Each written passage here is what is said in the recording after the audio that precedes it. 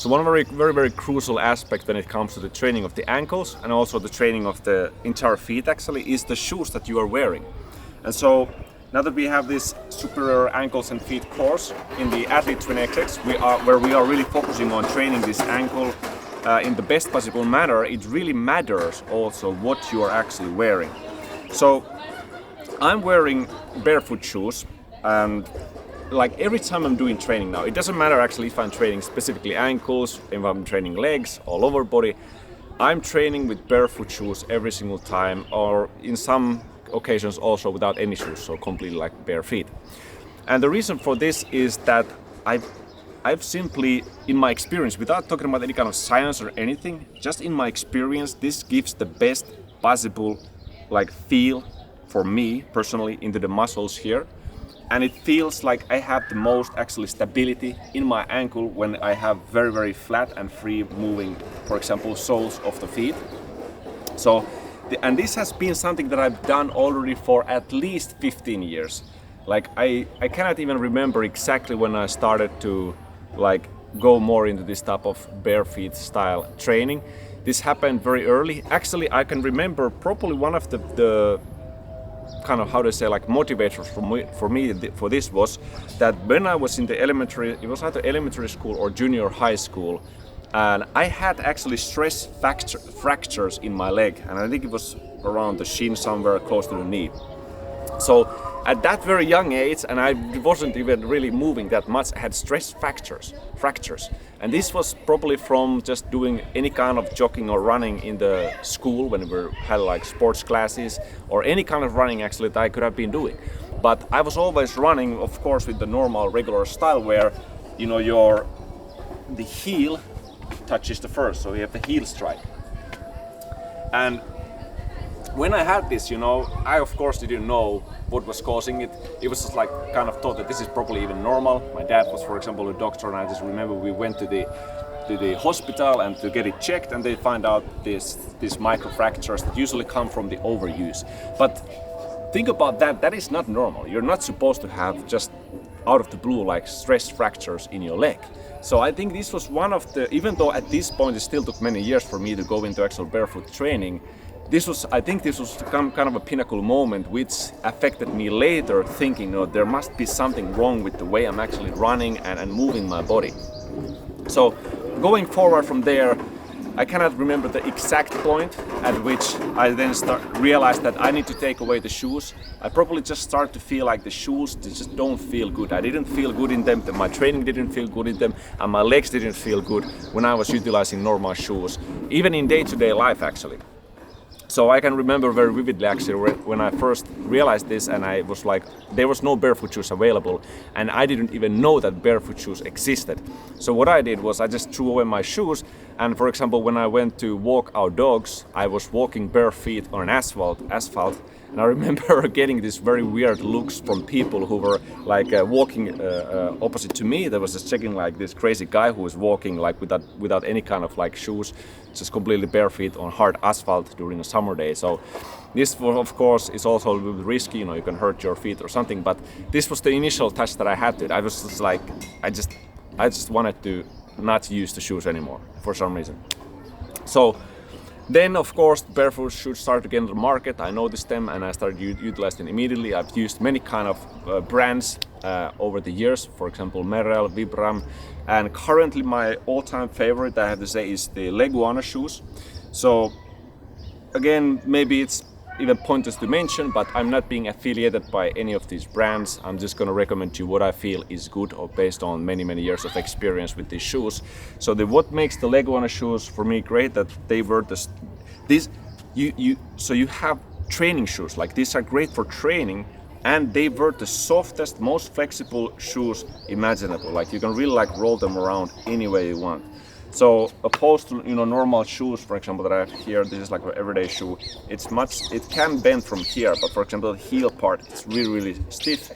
And same, this is my wife's actually sneaker, because I don't have sneakers because I don't use them. But it's also considerably, like this is like not even the worst possible sneaker you can have. It's not super thick from the heel, for example, but it's still like a relatively stiff compared to regular or these regular barefoot shoes that the Lego one has. So my favorite, because it's the softest, is the softest and the most natural feel that I've gotten compared to, for example, even metal or rebrand. There's always something that's been kind of like grinding against my feet, maybe in the top part also. So these are really very, very soft, very comfortable. I've used these ones for maybe close to 2 years now. They are now showing signs of wear and tear, largely actually because we just went on 2 hikes in the mountains here that are incredibly demanding, like the ground there, the terrain, like very sharp stones, and they kind of like grinded, and I start to see all kinds of like wear and tear after those hikes. But you know, they're not meant for hiking specifically, so. But still, they really like supported my feet, and nothing, for example, went through, nothing really broke the sole of them. But so the feeling here, one of the major factors, you know, why I want you to, or why I would recommend you to utilize barefoot shoes, is that they really allow you to get a good connection into the ground. So there are muscles, a lot of muscles, for example, in the bottom of your feet, and if you're utilizing shoes that have very hard soles, inflexible soles, your bottom feet, the muscles will not get activated. They don't have to stabilize because the shoe is doing a lot of stabilizing for you. So, for example, if you have very, very high heels and very flat and hard soles, they are very like, if I show here, like there's no lateral movement a lot. And of course, in a way, you might think that is good, but you want to have some natural lateral movement ability in your feet. And this is way also, you can feel that you can actually stabilize it with your muscles. And your muscles are supposed to do the stabilizing, not the soles of your foot actually. So that is the one thing. The other thing is, of course, that usually these are uneven, so you have a higher sole, the heel part, than the ball of the foot. So that also, not like, it's just not the most natural angle for your feet. Sometimes even that can cause issues because you're always then standing like this way. You're always standing like with high heels. Of course, it's not super high, but still elevated heel. It can also cause certain postural issues, even that go back, like travel all the way to your lower back into your overall posture if you use those constantly. And the second thing that sometimes with these, not with every sneaker, but sometimes they have like a higher, also what is this ankle part, so they continue a bit higher, which means that you don't even have full mobility. But this is not in all sneakers, but in some you don't have even full mobility of your ankle, so to move them properly. Shoes that are super heavily padded, especially on the heels and the soles, like, you know, you can see this like super thick, which have some kind of like a gel even like inserted into the middle of that sole. This is like very extreme kind of shoes actually, and some people use this, and I even see like a lot of some basketball players who have like this major, like a thick sole.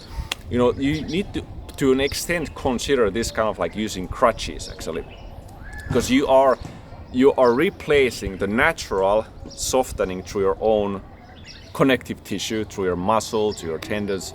You are replacing this with the softening and cushioning of the foot of the shoe actually. So you need to understand that if you constantly utilizing these crutches and like a replacement for your natural functions, then you're never developing the natural functions of your body to a great extent.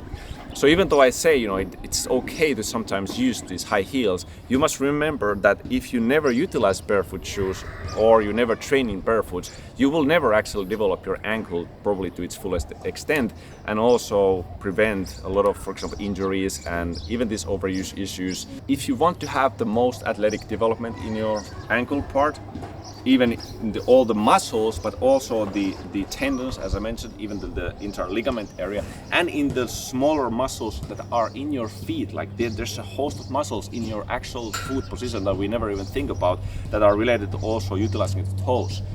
You have to use barefoot shoes. Even like utilizing the toes is one aspect as well. If you have hard soles, it doesn't matter which way you press with your toes, because they will never make a really proper impact on the ground. So there's a number of things that actually utilizing barefoot shoes will teach you about utilizing your feet, and it also means that you're not say like dependent on these crutches So like this artificial cushioning in your feet. I mean, that is one of the reasons, again, why there is the cushioning, because if you want to run with the heel strike way, and then the cushioning is there to cushion that blow. And of course, I can run in a relatively soft manner even with the heel foot strike, because it can roll relatively softly onto the ball of the foot, but there's still going to be much more impact compared to having that sort of softening that would be present when you're actually landing on the ball of the feet, which immediately bends the ankle and works as a kind of spring that softens the blows. All this aside, this is also very personal for me, because I personally just feel or didn't feel good with normal shoes. That's the biggest reason why I chose to use barefoot shoes. So you also need to make a little bit of experimentation with yourself, because I'm not trying to make this completely black and white. So these shoes are wrong, you should never use them, they're bad. There are countless of athletes who are utilizing also regular shoes, and people who also run long distances in regular shoes, properly with the heel strike. But if for this particular course that we have in Athlete 2Next, you want to try to have more natural footwear for these specific reasons that I've explained here. And for example, in everyday, I want to also show a couple of examples here. This is the exact same that I have, the black one, just different color basically. It's very, as I mentioned, very flexible. I also have, this is different brand, it's Lux barefoot shoes. This is for everyday life, it's also a bit worn, but the same. I just like when it's the most softest possible, that's my favorite. But this is also my shoe that I use in everyday life, and this is another barefoot shoe. It has a harder sole, but it's not super elevated either, so it's not like I even use 100% of the time barefoot shoes. I try to use them as much as possible, but it doesn't, if you primarily use barefoot shoes and you use them for your training, then it's fine, at least in my experience, to use also normal shoes in your day-to-day life sometimes. It's not gonna break you or make you. But with that said, if you have not tried to utilize barefoot shoes, I highly recommend you to try them.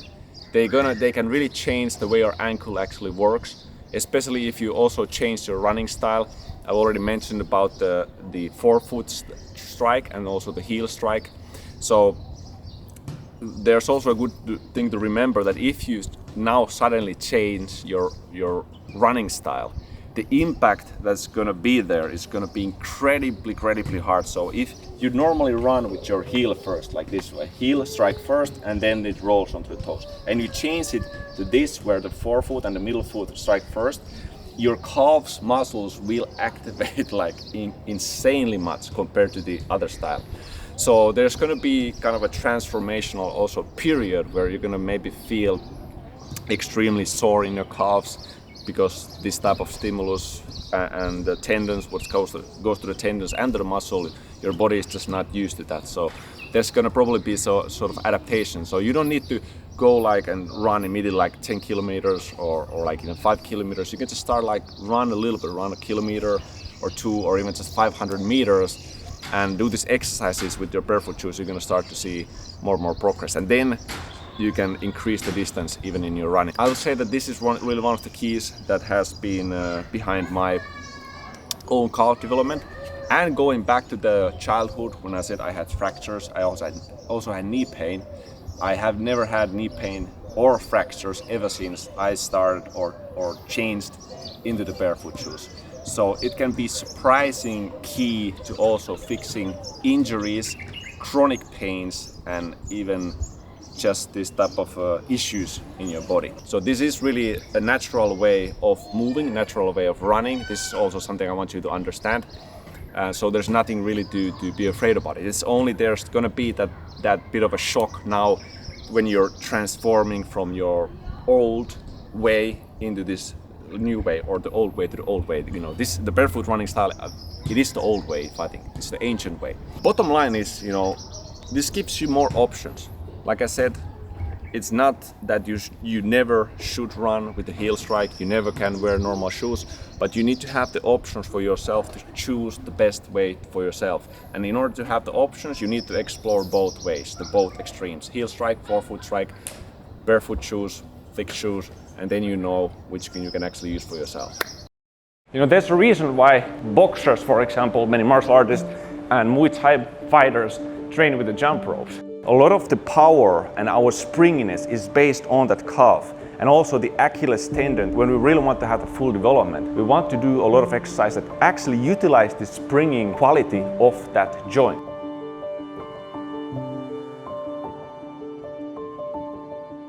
For many people like me, if you have lots of weaknesses in the area, the gap between the explosive exercise and your level can be too high. Jumps and the plyometrics doesn't even feel comfortable, and you are not getting the best results from these exercises because your ankle is just not strong enough to even do those high-level ankle strength exercises properly. I was in this bucket myself. What we are trying to achieve here is how you can really reach the highest level.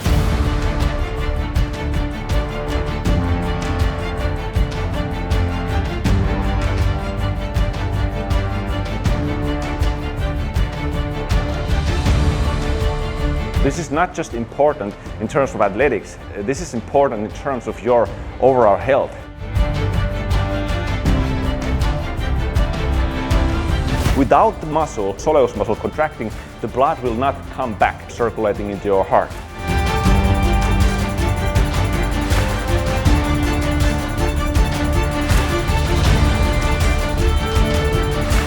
A lot of people would consider like this may be a little bit light movement, light warm-up, but I want to give you the change of your mindset, change of the attitude when it comes to this kind of exercises.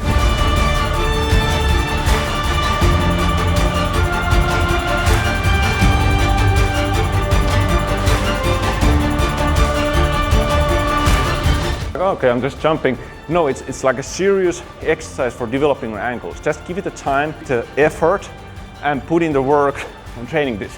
These are the exercises that really changed my ankle strength like almost forever.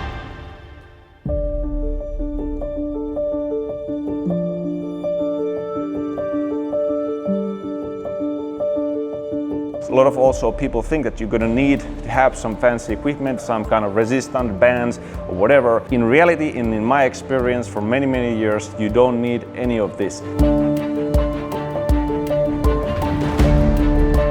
Calf muscles, they are the root. That's like the first major joint after your toes that connects you to the ground. That's the place where you can also harness all the energy from the ground.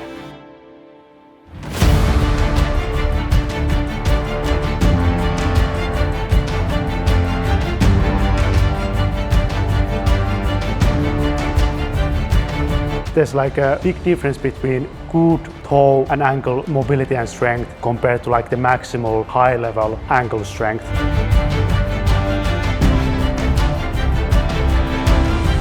If I'm running with the heel first, it's much higher impact going into that knee because the suspension and the softening effect that would come from the ankle is completely missing.